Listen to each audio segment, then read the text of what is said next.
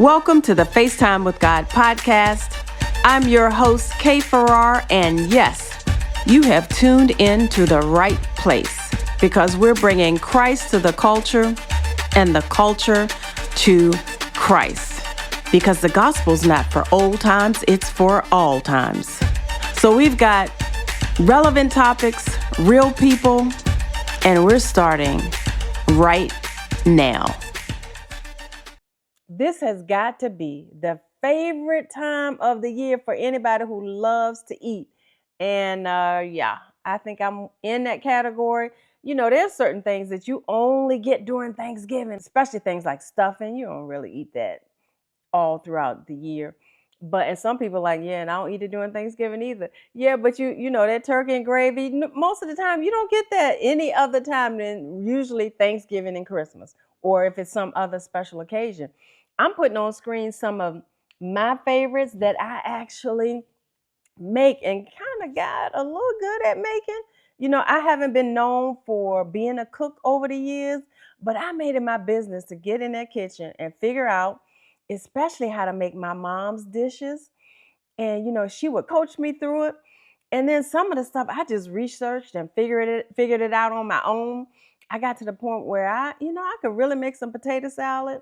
That was one of my family favorites. I wanted to learn how to kind of master everything my family was known for.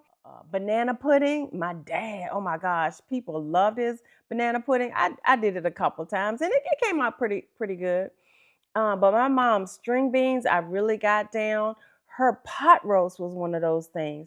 I even went back and kind of figured out some of those old school recipes, you know, making macaroni and cheese from the roux. And then I forgot what my secrets were. I promise you, you have not eaten until you have my sweet stewed tomatoes. Candied yams, I got that down.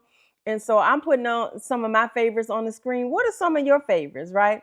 But what we want to focus on is giving this Thanksgiving. 1 in 8 people are food insecure. That was one of the stats that I pulled up. And if you think about that for a minute, if you're in the store, we're in the stores a lot during this season, and you're in a line of 8 people or more, if you have 8 people, one of those people is food insecure. And this is the thing that's in our minds. 1, okay, we have programs like SNAP, but 2, well, you're in the store. Yes. Food insecure doesn't mean that you never eat. What it means is that you don't eat on a consistent basis or you really don't always know where your next meal is coming from. Food insecurity. It may show up and it may not show up. You might eat and you might not eat. You might eat something, but you might not have enough to eat. And if 1 in 8 people, that means that those children that they're parents to, that they are responsible for, are also impacted, right? So here's where we come in, and here's where more good news comes in, right? God has things worked out. I'm not going to preach, but God has things worked out to where if we manage resources, technically there is enough to go around. There is enough to meet everybody's need. Why there's so many gaps? Well, first of all, SNAP is not designed to meet all the need. I don't know why. It didn't dawn on me until I looked at the information. And so there is a gap. And that's where we come in. There are 828,000 people in Virginia who qualify for SNAP benefits. Nutritional benefits, right? Supplemental, right? That's part of what SNAP stands for. It's the Supplemental Nutrition Program. It isn't the full nutritional program, right? It does not provide for all of the needs. And so here's the good opportunity, because if you're like me, you have plenty to eat, right? If you're like me, you have plenty. When you get to the point to where you have more than enough, then you're in a position to where God can give to you so that with your good heart, right? with your abundant mindset, not with the stingy. Because why would God think about this? Think about what I said, right? Takers are always in need. Givers always have. Why? Because God is the blesser. God is the provider. God's not going to provide to someone who's just going to hoard it and not be a blessing to other people. Somebody else might be providing to those kind of people, but God's not going to continue to give into someone who won't let it flow out from them. He's going to give to people who know how to manage, who have the capacity to store it and hold it, to maintain it, to keep it in good shape, but then have the heart and the mind to figure out and to be able to manage how to get it out to others. And so you have heard me say, and we'll put scripture, I'm all in the scripture. I'm not going to preach today, but I'm all in the scripture. Okay? So you have heard me say that we have adopted Chamberlain Elementary School. Yes, I went out to them, but then they plugged me in to their program. This is a Title I school. The students at this school come from low-income families, and that's why it's classified as a Title I school. So it is a school of needs. And even in a school of many needs, there are those who have needs that are greater than others. So the school has an official way to address it. They have a staff person called a family advocate. They are responsible for working with the families. They know the families. They know the needs. What they do is organize a way to help fill the gap. Isn't that awesome? Right? And so they put together a list for blessing boxes. And here's where we come in as a ministry. We say, yes, we will help. And not only us, but other charities and those who have made themselves known and have said they want to step up to the plate. What we do as a ministry, and this is something I learned from my mentor, and sometimes people just look at you and they're like, really? Like, really? And yes, really, really. We give 100% of what comes in that we receive as donations. We give it 100%. We're just a pass through.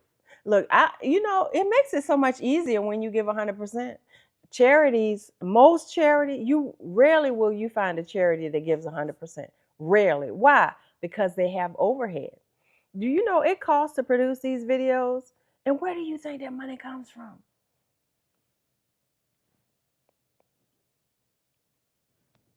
I am blessed to be, I already told you. And see, people don't understand. People scratch their heads. One of the reasons I'm blessed, I worked 30-some years and I'm retired. I draw a retirement check, which is not that much. And that's one of the other reasons people have been looking at me and scratching their heads for years. What I'm trying to tell you, I'm a giver. I don't make it a point to bless people who could be working and just decide not to. I don't like to support throwing my money down, what do they say, flushing it down the toilet type of thing. But I am a giver, and that's why I'm blessed. And so, yes, we do 100%. And the cost, to pay people to edit, to produce, to do all this work behind the scenes and sign up for these different services, to get the computer programs and to do all the stuff, to make this stuff work, guess what? I have always used my income, whatever that is, as provision for the vision. To tithe, to give offerings, to support whatever vision God has given me. And that's another reason why I stay blessed. That's another reason why I stay promoted. What did I do? Put that money right back into whatever ministry I was involved in a big way. That's how I have always rolled. So that's why I'm blessed beyond comprehension. And that's why a lot of you are as well. But I do know it's unusual. And sometimes people are like, really? You give 100%? Yes, really. We give 100%. I pay for the overhead. I don't mind being a giver to support what we do, to support the operations, and being one of the biggest givers into when we give. I'm one of the biggest givers there too. And only reason I have to say one of dollar amount, I might be the biggest. But you know what? Even I have our blessing box right here, one of the boxes that will be given to the school. And it is full of stuff. And do you know? And look, good brands too. It is having is she didn't come in here with the bargain brand. Good stuff. And there's several more cans of stuff in this box. I had a mother from our ministry bring this in here. And we have others that's coming from members of my team. One of my team members gave $100. And listen, this is no pressure. That's the other thing. We don't do pressure. God just blesses us from people who want to give out of the abundance of their heart or who have the ability at that time. And if you're one of those people and you're like, dog, I missed the opportunity. I didn't get my cans, in at my church, or I didn't get them in at this collection and that. And I feel like as time is running out. Listen, time is never running out. That's why we're here.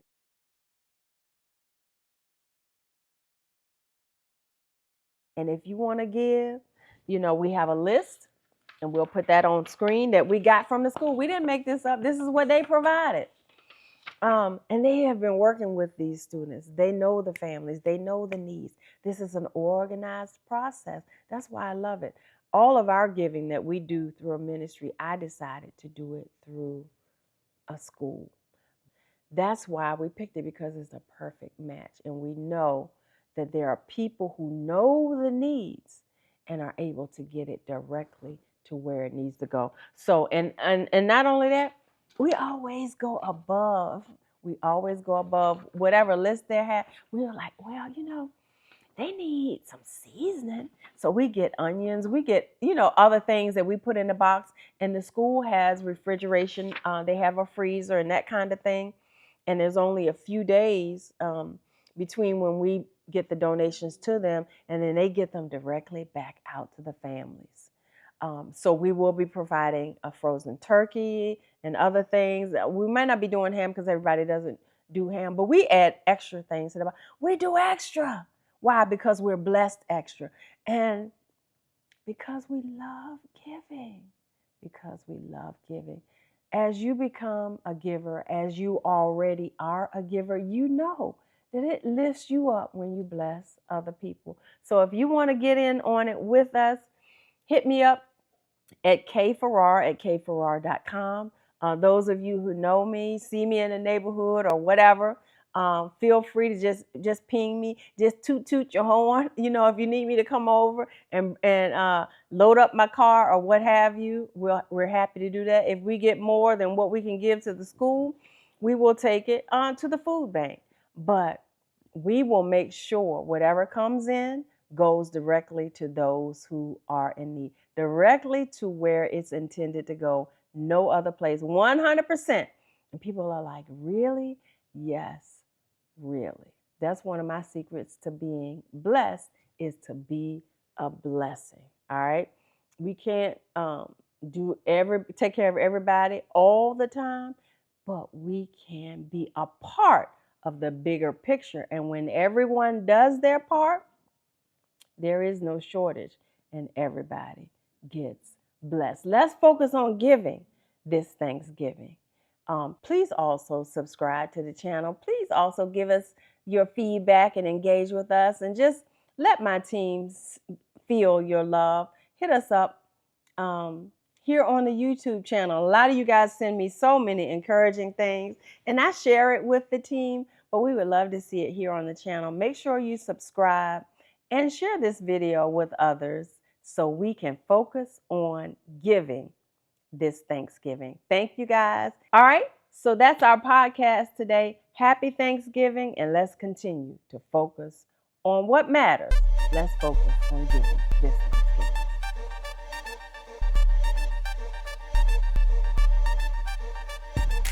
Colossians 3:23 and 24. And whatever you do, do it with all your heart as unto the Lord and not unto men, knowing that it's of the Lord that you shall receive the reward of the inheritance, because you serve the Lord Christ.